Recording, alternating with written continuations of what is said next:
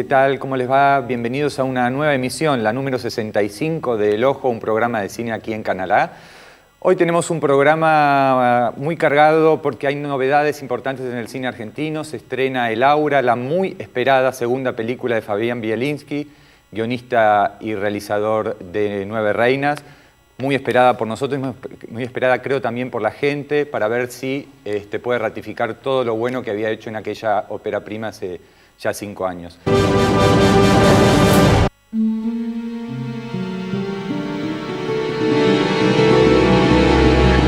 5 años se tomó Fabián Bielinski para escribir y dirigir su segunda película.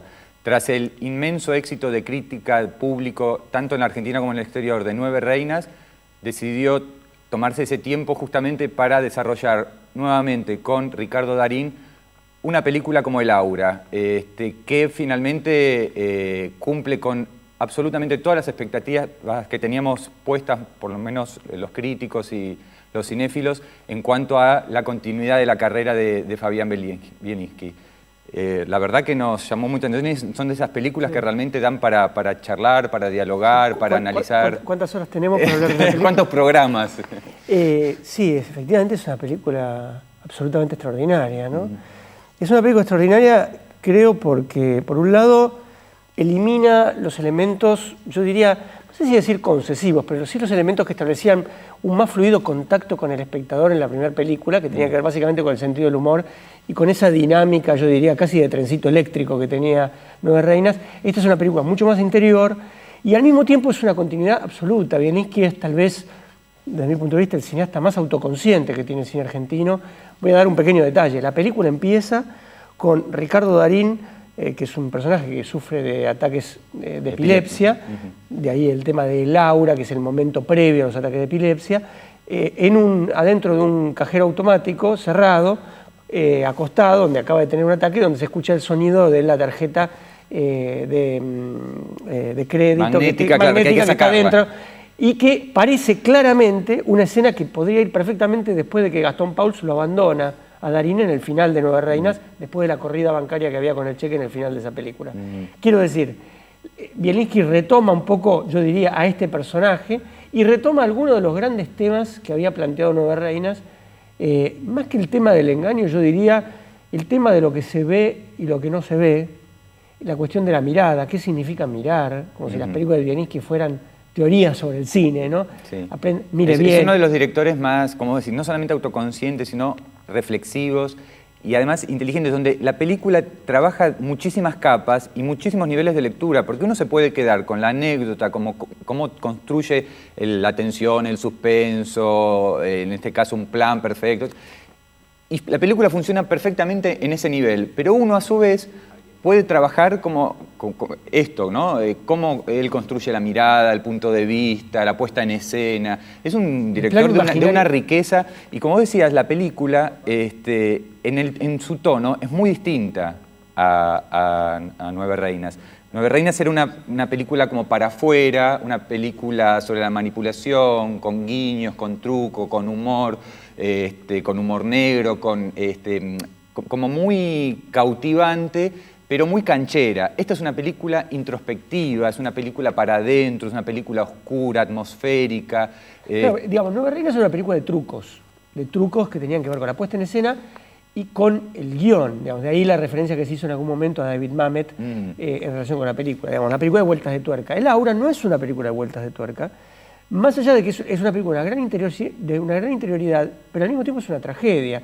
Yo la vi como relacionada con cierto cine de Hitchcock, pero no del Hitchcock más de comedia, sino del Hitchcock más interior, más trágico, más denso. Tiene dos elementos claves, vamos a contar un poco de qué va, pero el tema del voyerismo y el tema del plan perfecto, digamos, del antihéroe que sueña con dar un plan perfecto. En este caso, contemos un poco, Ricardo Darín es un taxidermista, o sea, una persona que se dedica a embalsamar a animales.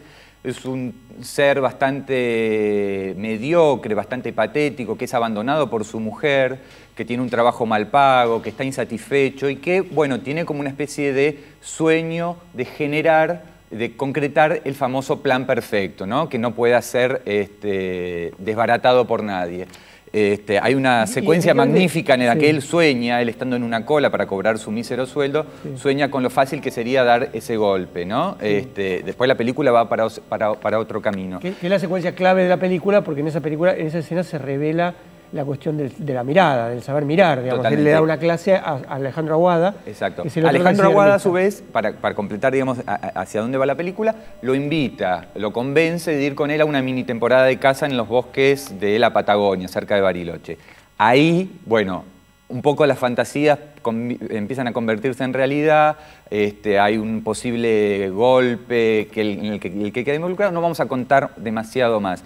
Pero me parece que cuando hablamos de la interioridad, mucho tiene que ver el trabajo excepcional, yo creo que ya consagratorio es imposible decirlo porque está consagrado hace mucho tiempo, es el gran actor de cine, pero lo que hace Ricardo Darín con este personaje es absolutamente genial, porque si en Nueve Reinas estaba perfecto en un papel que era, como decíamos, canchero, lleno de guiños, de trucos, para afuera.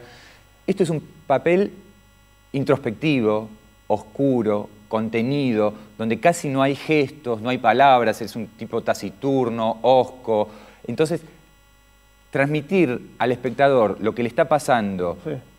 es muy difícil porque para el espectador es casi imposible penetrar en ese mundo. Entonces, con pequeños gestos, con pequeñas situaciones, con pequeños diálogos, él construye un mundo. Sí. Y está otra vez, me parece en la película, el gran tema de Bielinski, que es el tema del cruce de la línea, ¿no? La línea que separa lo legal de lo ilegal, lo privado, lo moral de lo inmoral. Hay un perro en la película que es clave en la película, que tiene que ver con el personaje de Darín, con el que Darín se identifica y que al mismo tiempo hay una relación empática y especular. Sí, es un perro lobo, ¿no? Es un perro que parece muy vinculado como ciertas películas de William Friedkin, ¿no? Digamos, este tema del mal, el bien, el mal, qué significa el bien, quiénes representan el bien. Y la película es una película que hay que estar muy atento, como todas las películas de Bielinski, porque está llena de detalles que requieren un ojo muy aguzado y muy atento, ¿no? Muy atento para no perderse detalle, porque la película, como la anterior, trabaja mucho después de ser vista sobre el espectador. Es una película que vuelve y vuelve y vuelve, porque uno empieza a preguntarse qué es lo que vio, ¿no? Que es el gran eje de las buenas películas, ¿no? Sí, totalmente. Pero por otro lado, es una película que dura casi 2 horas 20, que se pasan volando, que funciona muy bien. La primera mitad es una película de construcción de personajes, digamos, es el mundo interior de este antihéroe, con el cual además Bielinski como gran guionista y Darín como gran actor generan una relación contradictoria, porque uno por un lado lo ve como un ser despreciable y patético, pero por otro lado genera una gran empatía.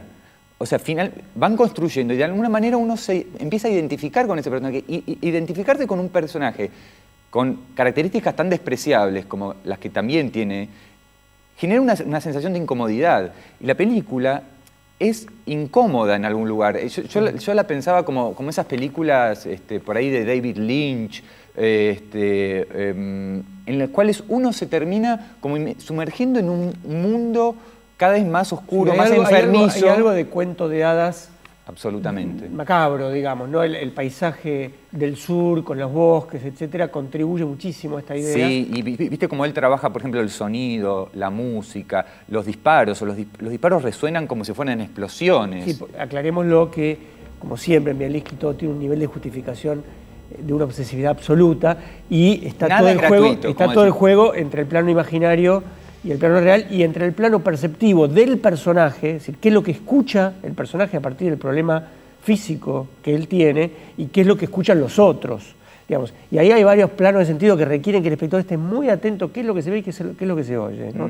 Es una película que plantea un gran enigma respecto de cómo va a funcionar con el espectador, porque no tiene todos los elementos, yo diría, que le daban esa fluidez de tono. Yo creo que igual la película está tan bien construida, es tan interesante en sus distintos niveles, porque finalmente la segunda mitad es una película donde se acerca más al registro de género policial, hay un golpe, ¿no? Digamos, funciona. A mí me parece que la película va a funcionar muy bien, estoy convencido, va a tener muy buenas críticas, va a tener un buen arranque, Y me parece que más allá de su costado enfermizo, oscuro, un poco más personal y menos quizás accesible, yo estoy convencido de que la película va a ser un enorme éxito y para mí está por ahora a niveles muy superiores al resto de la producción nacional que se ha estrenado hasta el momento. Sí, sí, sí, indudablemente.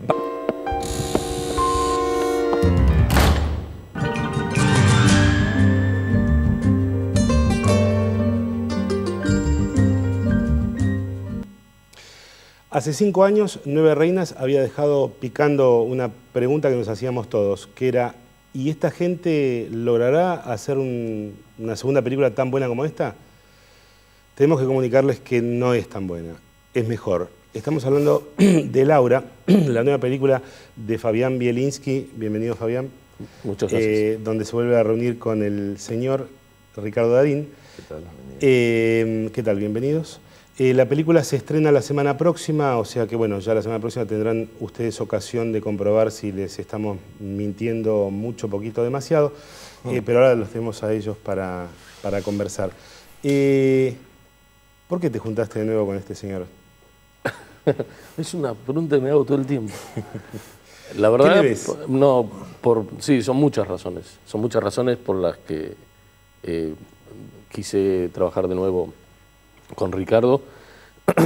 Y, digamos, muy a grandes rasgos te puedo decir, primero porque es un actor que tiene un nivel actoral, un nivel profesional de expresión que a mí me resulta extraordinario.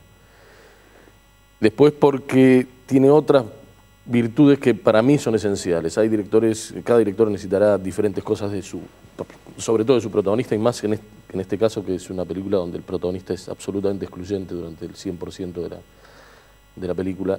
Y en este caso era la capacidad que tiene Ricardo de volverse un aliado incondicional mío y del proyecto. Es decir, la sensación de ser realmente dos trabajando básicamente sobre el personaje, ser dos a definir cuestiones sobre este personaje, ser dos a analizar lo que está pasando y a descubrir lo que pudiera estar desviándose del camino que nos trazamos. En fin, la idea de un aliado, de un actor que está comprometido, tan comprometido como yo con el proyecto. No alguien que también lo he visto en estos años de experiencia, no solo como director, sino fundamentalmente como asistente de dirección. He visto muchos actores que llegan y preguntan, ¿dónde me paro? ¿Hasta dónde voy? ¿Cuándo giro? Ahora, y esto no es el caso, y eso es lo que me gusta de Ricardo. En este caso, y creo que es una excepción, Ricardo, estás interpretando un rol que está en las antípodas del tipo de personaje que sueles interpretar. Digamos, no es común que te llamen para hacer este tipo de papeles. ¿Te sentiste incómodo, halagado? No, toda vez que te convocan para trabajar, sobre todo si es una segunda vuelta, es un halago. Sobre todo no quiero devolver el piropeo, porque si no ya va a ser sospechoso, pero... va a quedar como un programa de televisión. Claro, el caso de que Fabián, a quien conozco y quiero y respeto, pero básicamente lo conozco y sé lo estricto que es en una serie de cuestiones, me llame nuevamente para trabajar con él en un proyecto de la envergadura de El Aura, es un honor, es un compromiso muy elevado. Él habla de todas esas cosas de las que estuvo hablando sobre mí con respecto al nivel de compromiso y cómo te metes en un proyecto. Y cómo yo no lo concibo de otra forma. No solo en el caso de Fabián, es decir, no me funciona a mí de otra forma. Entre las tantas cosas que me parece que tuve la oportunidad de aprender, por ejemplo, con tipos como Fabián, es el hecho de que hacer cine es muy difícil. La metodología del trabajo para el actor es complicada y es antinatural por naturaleza, si valga la redundancia, porque es un trabajo parcializado.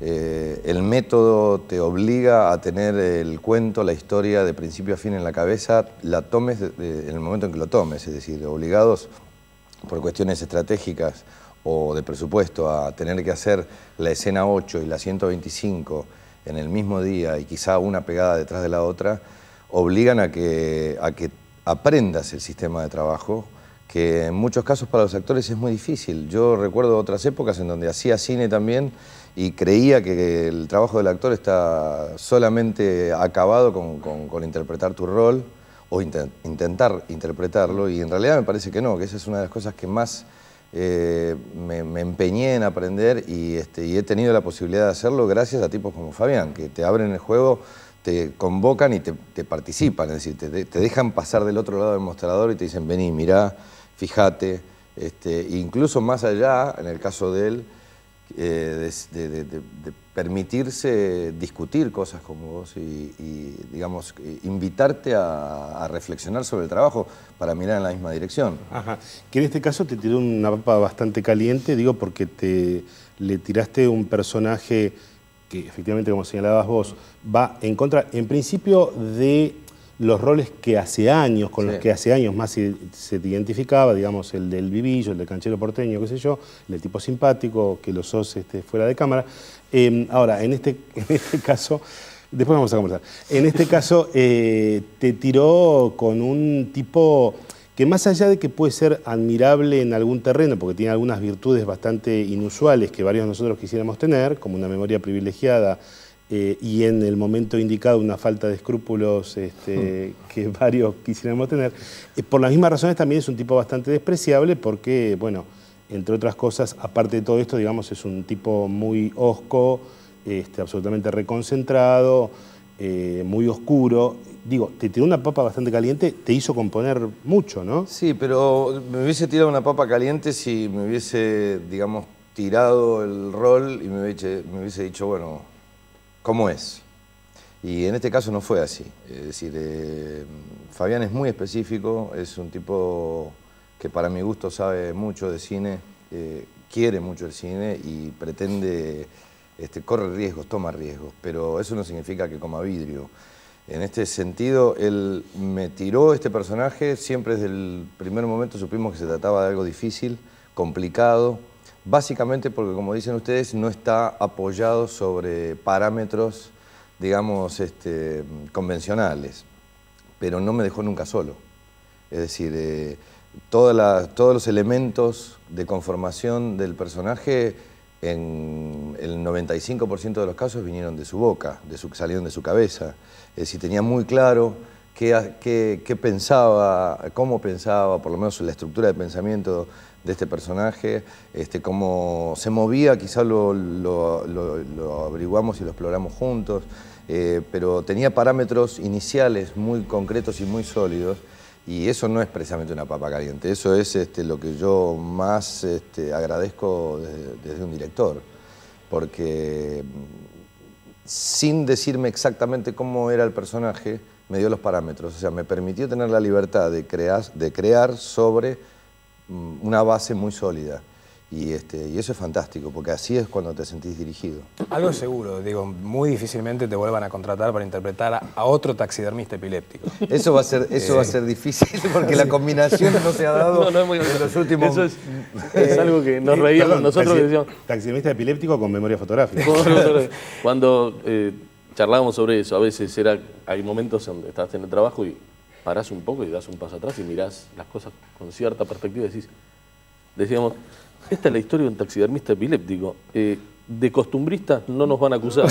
Nos van a acusar de cualquier cosa menos de eso. Claro, bueno, eso es algo interesante porque tiene que ver también con el tema de los riesgos. Es decir, vos en esta segunda película, un poco como ocurría con Nueve Reinas, volvés a trabajar sobre géneros cinematográficos populares, reconocibles, pero al mismo tiempo les das 1, 2, 3 vueltas y terminás haciendo algo muy diferente.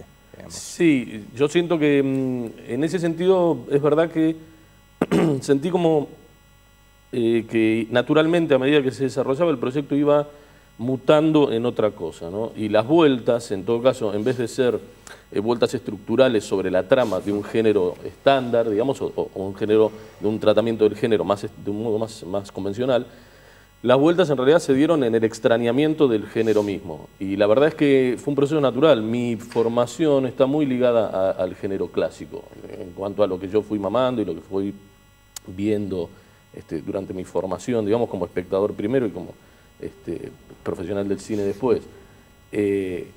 Y de algún modo no fue al principio un deseo consciente alejarme de las pautas, de las estructuras habituales del género, en este caso el policial negro, por buscar algo similar. Qué sé yo. Y la verdad que, sin embargo, a medida que evolucionaba el proyecto, realmente iba trastocándose, iba enfermándose de algún modo, volviéndose más y más ajeno a las estructuras clásicas, y empecé a encontrarle el sabor a esa propuesta, a disfrutar de que las cosas funcionaran así. Y sentí que era, y en ese sentido, me era absolutamente genuino como propuesta. Curiosamente, sin habérmela planteado definitivamente al principio como una posición ideológica o una voluntad de trabajar en ese sentido. Pero sí, claramente la cosa iba así. De hecho, el mecanismo de sentido es particularmente interesante, fue interesante para mí, porque esto surgió de una idea que yo tuve hace 20 y pico de años. Una idea que era, justamente en su conformación original, era absolutamente clásica. Era un thriller hecho y derecho que tenía todos los ingredientes en los momentos adecuados, con las escenas de violencia y el tipo de trabajo sobre la violencia bien característico del género. En fin, era un thriller. Lo retomo 20 años después, empiezo a retrabajarlo y se empieza a enfermar y a ir para cualquier otro lado y a retrabajarse en todos los sentidos. De tal manera que me resultó un proceso absolutamente natural. Ahora, lo interesante, Fabián, es que me parece que esas dos instancias es como que terminaron superponiéndose, ¿no? O sea, quiero decir, uno ve Laura y efectivamente se enfrenta con un policial absolutamente clásico, donde a diferencia de Nueve Reinas aparecen los tiros y cuando aparecen como tienen que aparecer, extraordinariamente bien, y que tiene una trama y una intriga y que gira alrededor de un robo. Digamos, en este sentido también evoca un género que es el género de robo, que tiene códigos muy específicos que la película no viola, pero es como que sobre todo esto se superpone una segunda instancia que me parece que tiene que ver con la construcción no solo de tu personaje, sino de personajes en general, ¿no? Me parece que hay como, digamos, aparece como el factor humano, digamos, ¿no? Que viene como a redondear este soporte muy estricto de policial, ¿no?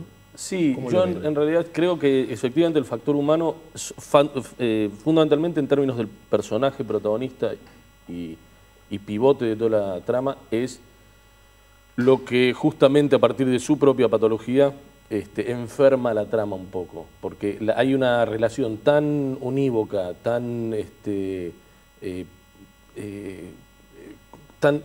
pegada entre el protagonista, su mundo interno, su vivencia y la trama, que uno termina enfermando al otro.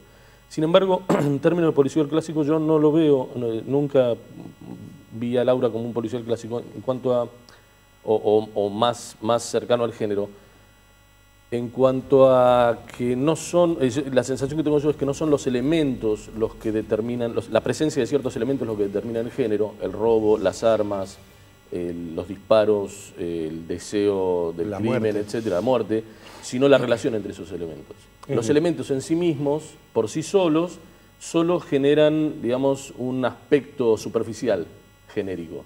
La relación entre ellos, en términos, me parece a mí, ¿no?, en términos dramáticos y de ritmo, son lo que definitivamente terminan enganchándolos en una estructura más genérica. Y la fuerza o la preeminencia del mundo interno del protagonista es lo que me parece a mí termina de dar el equilibrio final a todo el asunto. Y en este caso, por eso siento que los elementos del género policial están presentes en el Laura, claramente, también como homenaje a su propio origen, porque lo era cuando empezó, pero la forma en que se estructuran, la forma en que van apareciendo y los ritmos internos del relato, me parece se alejan bastante en ese sentido del relato policial clásico, ¿no? Hasta ahora estuvimos viendo sobre todo algunas imágenes de rodaje. Tenemos un fragmento de la película en sí misma, elegido especialmente por su director. No sé por qué razón, porque no tengo muy claro tampoco qué fragmento es, pero vamos a verlo, a ver si nos metemos un poco más ya dentro de la propia materialidad, digamos, de la película.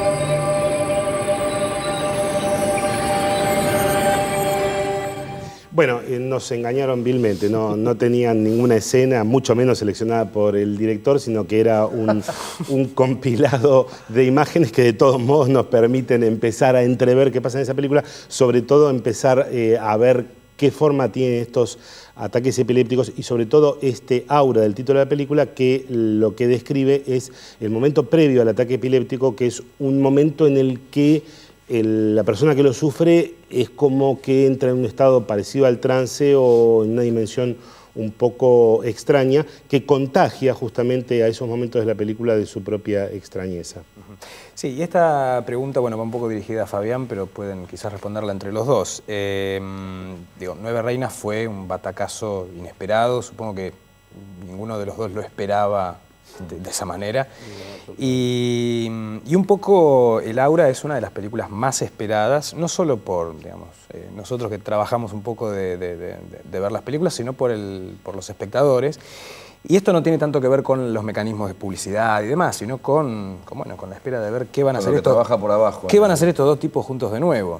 ¿Cómo resisten esta presión, esta expectativa? No, por favor. No, yo creo que es lógico. Por otra parte, si hay uno de los baluartes más interesantes, quizá analizándolo ahora a la distancia de Nueve Reinas, es que a mí por lo menos me da la sensación, más allá del trabajo que hicimos, que fue fabuloso entre nosotros, que siempre tengo la sensación de que es una película que se hizo de abajo, ¿no? Incluso en el sentido promocional, y no solo aquí en nuestro país, sino afuera también. Se hizo de abajo, o sea, se dio a conocer a través de la gente que tuvo la oportunidad de verla y que, yo se lo decía a Fabián a pocos días del estreno de Nueve Reinas acá en la Argentina, que me llamaba mucho la atención la cantidad de aliados que conseguíamos con este relato, porque lo que se notaba claramente, o por lo menos lo que yo recibía de la gente que me comentaba, es que todo el mundo recomendaba la película y nadie contaba el final. Eso me hablaba claramente, primero de un amor por la película, de un disfrute por la película, pero como homenaje precisamente a la estructura narrativa de la película, tomaban la prevención de no contar el final porque era como reservarles el golpe final a la gente a la que se lo recomendaban. Esto, digamos, la suma de elementos que se pueden analizar desde Nueve Reinas para acá, es que es una película que para mí se hizo... Se cocinó sola, ¿no? Se fue cocinando sola. Por supuesto, Fabián me escucha decir esto y dice así, vos la sentirás así, yo la cociné. ¿Sabes cómo la cociné? No, me refiero básicamente a lo que pasó con ella cuando empezó a rodar en la calle, digamos. En el caso, es lógico esperar que se genere una expectativa de un director como Fabián, que en su primer película hace una muestra como la de Nueve Reinas. Es lógico, yo además lo he sentido en varios lugares, no solo aquí, en donde siempre... La expectativa era, bueno, ¿qué va a hacer este hombre en su segunda película? A mí me parece que es que Fabián eligió el mejor camino posible para enfrentar o para asumir esa expectativa y ese riesgo, que es tomar más riesgo.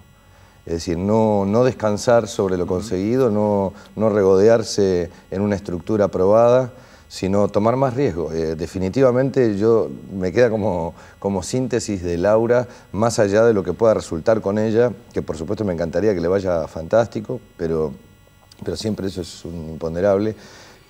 Me parece que una de las cosas más valiosas es que realmente asume mucho riesgo artístico, y eso me parece muy, muy valioso. Fabián, una de las características de El Aura es que, como consecuencia de que es una película dirigida por vos, es una película que está como imbuida de cinefilia, por suerte no de manera visible, pero digo, yo noto básicamente dos cosas. En primer lugar, el personaje de Ricardo, aparte de ser un taxidermista epiléptico con memoria fotográfica, es también un cinéfilo, digo. Funciona, quiero decir, como un espectador de cine. Se ve enfrentado en más de una ocasión, sobre todo en la que posiblemente sea la mejor escena de la película, que es el momento en el que él, como un voyeur, de una manera muy extraña, presencia un asalto que frente a sus ojos parece como si tuviera la materialidad de un sueño, digamos. Es un voyeur, vos lo mostrás también en un momento muy visiblemente sentado en una sobreimpresiones o fundidos encadenados que haces en la que estás sentado como un espectador de cine. Y creo que también hay algunas películas anteriores que están trabajando sobre la obra, por lo cual te preparamos un test. Te vamos a mostrar fragmentos de algunas de esas películas y queremos que nos digas si, qué relación tienen, si es que tienen alguna relación con el aura. Esta es una. No te quepa la menor duda. ¿Qué relación tiene La violencia está en nosotros o Deliverance con el aura? Yo digo, no te quepa la menor duda. En realidad la relación tiene que ver en más de un plano y en ningún caso de un modo, digamos, demasiado ligado a la historia particularmente que se cuenta. La violencia está en nosotros es una de las películas que me marcó mi desarrollo cinematográfico. Yo la vi exactamente en su estreno cuando tenía 13 años yo, en 1972, y me acuerdo claramente que yo siendo era un pibe muy tímido, ¿no? Digamos, la relación con los otros siempre tenía que trabajar mucho para acercarme a un desconocido, decirle algo, qué sé yo. Salí de la sala, fui a la boletería, me paré enfrente y le dije, por favor, deme un póster de la película, como si fuera un negocio de venta de póster, ¿no? Y me dijo, no, que no. Y me quedé ahí y le insistí, y nunca en mi vida hice algo parecido, hasta que me dio ese póster de La violencia está en nosotros. Ese póster estuvo al lado de mi cama durante, no sé, muchos años, y lo veía cada vez que me acostaba y me despertaba, estaba ahí. Ajá.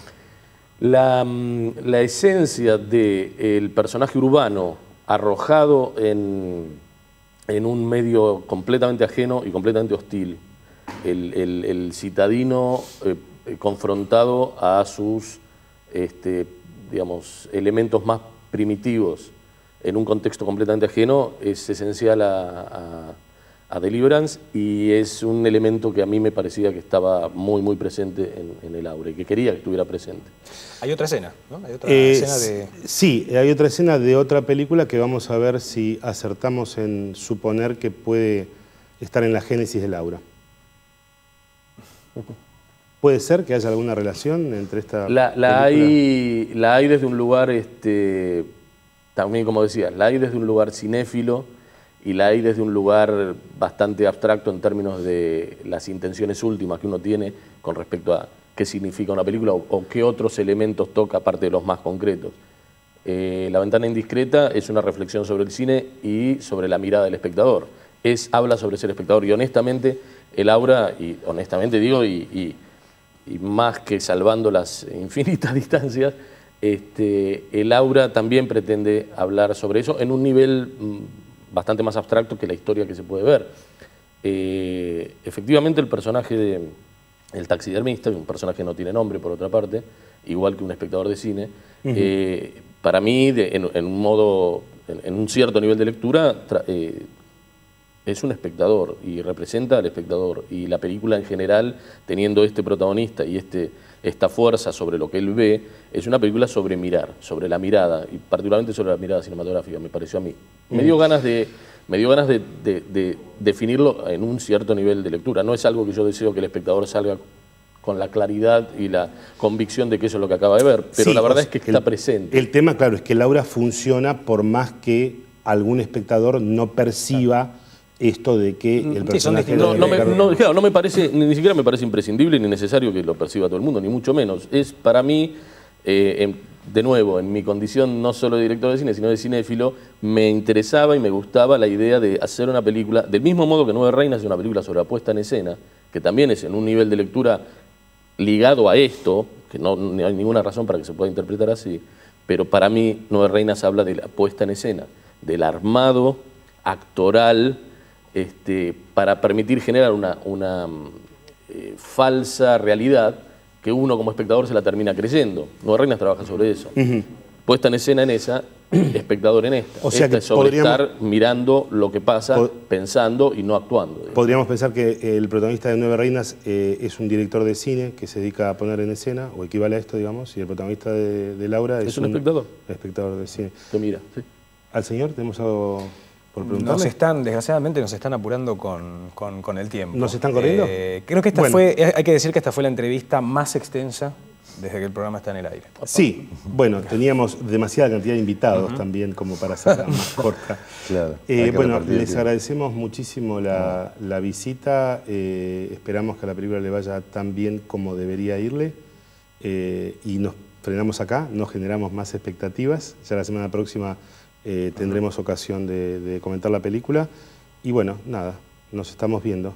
Muchas gracias. Muchas gracias.